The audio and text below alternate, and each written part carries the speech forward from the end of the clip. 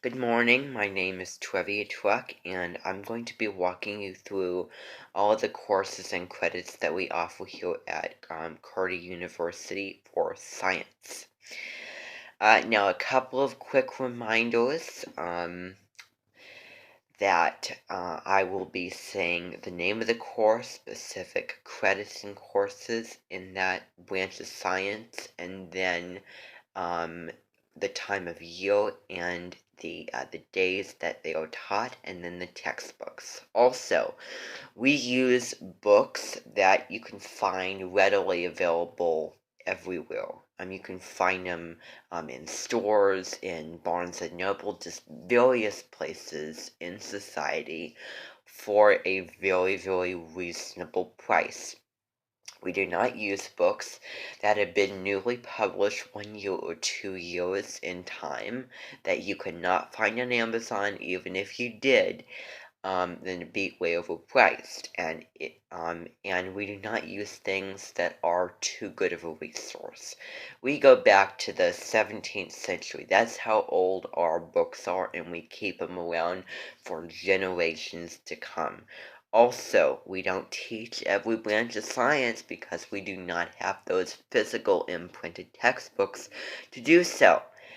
And so we use what is found here on our grounds, what is imprinted, and what is physical, and we love it. We cherish it, we honor it, we really use them almost all the time, really.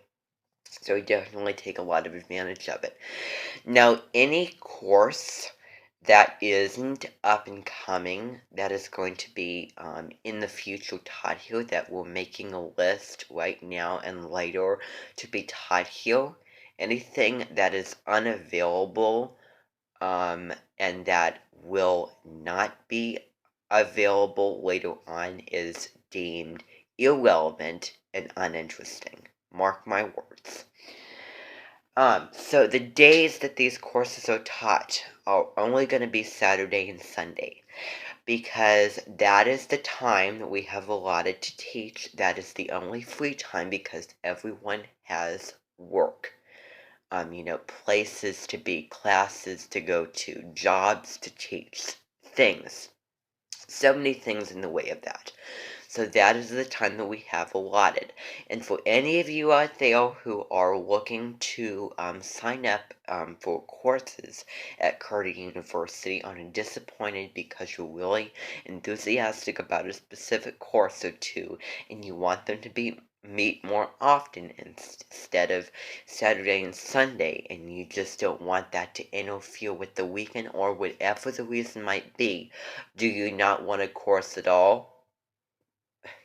That's the question that should be posed. Something is better than nothing.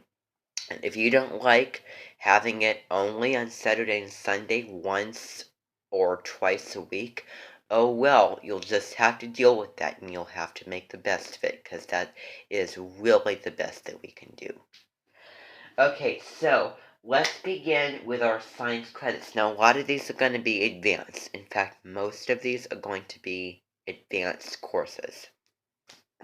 Alright, so let's talk about astronomy. So there is two classes. There's actually one class. So it's just astronomy. We don't offer any advanced astronomy for this. So, but astronomy really goes into some upper level, deeper, higher thinking material. So it would be counted as advanced. This is college level.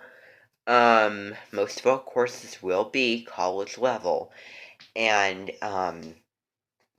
so this talks about, the formation of stars and planets, galaxies, universes, including ours. It really focuses on the stars, the heavens, and just so many things, the cosmos, along with the history of astronomy and the discoveries made and all of that kind of stuff. It really takes a really deep dive into outer space.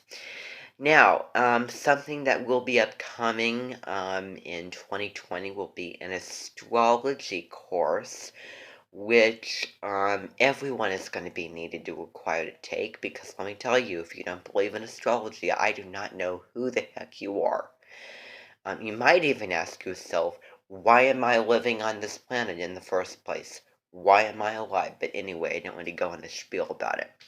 So we are going to be requiring every student to take astrology, and learn about the sign, about just the whole canvas, and just whole artist's easel and painting of the different planets, and just all the different signs and what their chart is. So really, it is probably the most universal, relevant, important, most interesting, and eye-opening course out there and that we've ever taught. Second to, psychology and all the sciences. But that's something that's going to be coming. Now, the book for astronomy is a paper cover book. There's only one textbook that we use here. And so, this, really goes in depth with that. Okay, and a lot of these I don't remember the name for, so save me. Alright, so physics. This is the class that we have the most variety for. We are really, really big in physics. There is a good, there's just a good selection compared to everything else, of physics classes that you can take. There's about, I'd say, 3 to 4 classes, I'd say. So that's a pretty good variety. Okay, so let's begin with physics. Physics is, practical as it is, but the science of motion, everything, you should all know what that is. We offer several classes. We offer real world, real life scenario physics. We offer um, regular physics and also advanced physics. And then we use several textbooks for that. So I'm gonna cover everything here. And so we also offer, this is unlisted. This is an elective, but there's also a history of science course where we use the science book Big Ideas Simply Explained, which talks about all the different branches of science, and it gets into the history and the famous people and the discoveries that they've made. Just so many great things. But that is optional, and that isn't, too high on the list, and it isn't required. And so for physics, let's talk about the real world physics. So students really understand through this course the real impact that it has on real life. If you just if you don't understand it and you just want just to be engaged with it and understand why it matters, get it, because matter in physics, then take this class, because it just has all these examples, from driving a car to throwing balls to catching fish, you name it, and it goes into all the physical principles and the laws of motion and so many things. And so second to that, there is many uh, principles of physics that's covered in regular physics. And then advanced physics, which then takes a deeper dive into the science of physics. Now, we also have quantum physics and also the math of physics as well. So, physics and math, they relate to. Physics is the branch of science that is just hand in hand with math and computer programming and those kinds of things.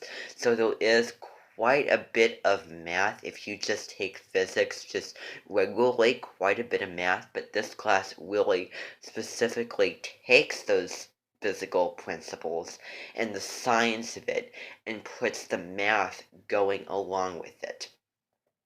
So, as you can tell, I am taking some time on this. So now we're going to talk about chemistry. We offer one chemistry course, which is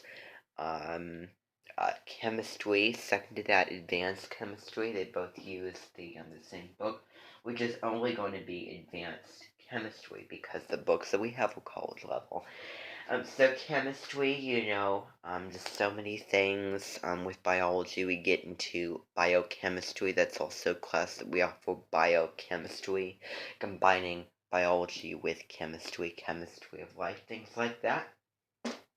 Now, chemistry, I forget the book that we use. Let's talk about biology. So we have currently a biology course which would be deemed as an advanced course because we use biology, life on Earth, and it is almost a college level AP textbook, advanced textbook, where it gets in, it just covers all of biology, the real meat of it. It covers every aspect of it. Every area of it, so many organisms, so many things like photosynthesis and ecology, aquatic ecosystems, cells, genetics, and it's a really, really rigorous and in-depth course, and it uses that book. Now, good, amazing news, because never in the history of Kearney University have we invested in a regular textbook program so good as Pearson. So you should all be really, really, really excited. We are pumped about this new course because coming up in a couple weeks, because it's December right now as I'm speaking, and this is a great time, a amazing time to start new projects, make new goals, new commitments, start new classes, and get things done. Make a great list of so many active things you can do inside, read more, write more, you name it. So many things that you can do, even outdoors. Um, so biology.